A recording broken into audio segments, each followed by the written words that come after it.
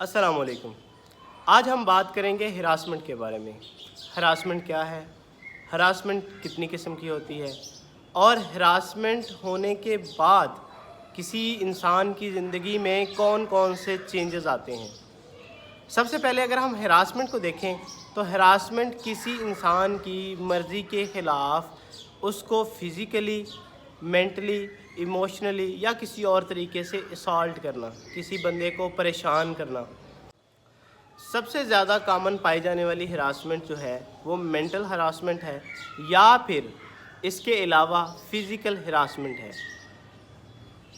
अब physical harassment की अगर हम बात करें तो औरतों को अब्यूज़ किया जाता है, राह चलती लड़कियों को छेड़ा जाता है, किसी को उसकी इजाज़त के बग़ैर इनएप्रोप्रिएट यानी कि गैर मुनासिब तरीके से छेड़ा जाता है, तंग किया जाता है, जिसके नतीजे में उस शख्स की, उस औरत की, उस लड़की की जो ज़हनी कैफ़ियत है वो सालों लग जाते हैं उसे बैलेंस होने में।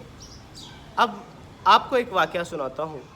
हमारे एक जानने वाली लड़की थी।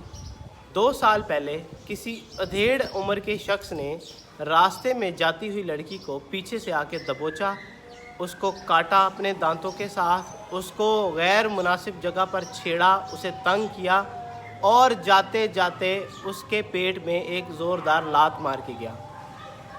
रेस्क्यू टीम आई, उन्होंने उसको रेस्क्यू कर लिया, लेकिन वो आहिस्ता आहिस्ता ठीक भी हो गई। 1-2 महीने लगे, ज़ख़म जो भर गए, जो फ़िज़िकली उसको हार्म किया गया था वो ठीक हो गया। इंसान की शिनाख्त नहीं हो सकी, वो चला गया, मामला वहीं दब गया। लेकिन उस लड़की के जहन में कहीं ना कहीं मर्दों के लिए जो नफ़रत, जो फस्तायत उसने दिखाई थी उस शख्स ने, उस फस्तायत की वजह से, उस परेशानी की वजह से उस लड़की के दिलो दिमाग में मर्दों का एक नेगेटिव इमेज बन गया और वो डरने लगी। वो शादी करने से डरने लगी, वो अब्यूज़ होने से डरने लगी, वो अपने करीबी रिश्तेदारों से डरने लगी। ये डर उसे कई साल सताता रहा। माहिर नफ्सियात कोशिश करते हैं कि ऐसे वाक़यात में लोगों की जो विक्टिमाइज़ हो जाते हैं उनकी मदद करें, लेकिन एक हद से ज़्यादा हम लोग भी हेल्प नहीं कर सकते।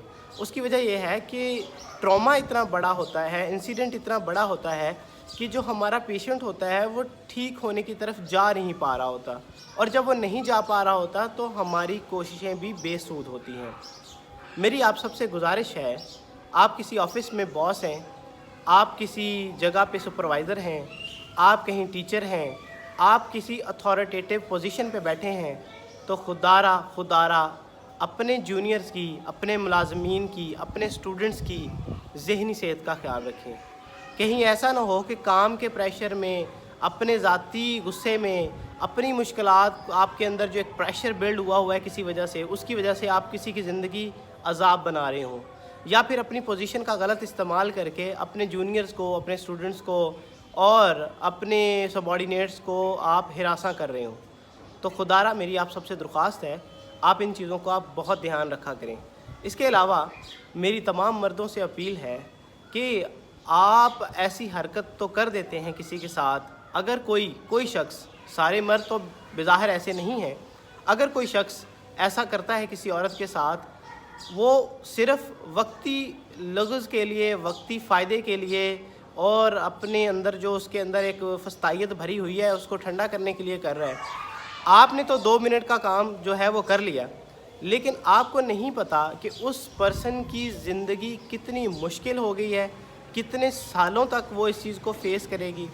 आज भी हमारे बहुत सारे इदारों में, बहुत सारी जगहों पे फ़ीमेल्स को फ्री एंड फेयर एनवायरनमेंट नहीं मिलता, उनको हिरासा किया जाता है, उनसे सेक्सुअल फेवर्स मांगी जाती हैं, उनको इमोशनली ब्लैकमेल किया जाता है ताकि उनसे वो फेवर्स ली जा सकें, और बहुत सारी ख़वातीन बेचारी मजबूर हो भी जाती हैं इस मामलात में, लेकिन वो दिल से कभी भी नहीं चाह रही होती ये चीज़ें। मेरी सबसे दरख्वास्त है कि आप इन चीज़ों से ख़ुद भी बचें, दूसरों को गाइड करें, रिक्वेस्ट करें, समझाएं, और अगर आपके अंदर कोई इस तरह की फस्तायत, इस तरह की फ्रस्ट्रेशन है तो उसको कंट्रोल करने के लिए आप ख़ुद कोशिश करें। अगर आप नहीं कर सकते तो आप किसी माहिर नफ्सियात से मिलें।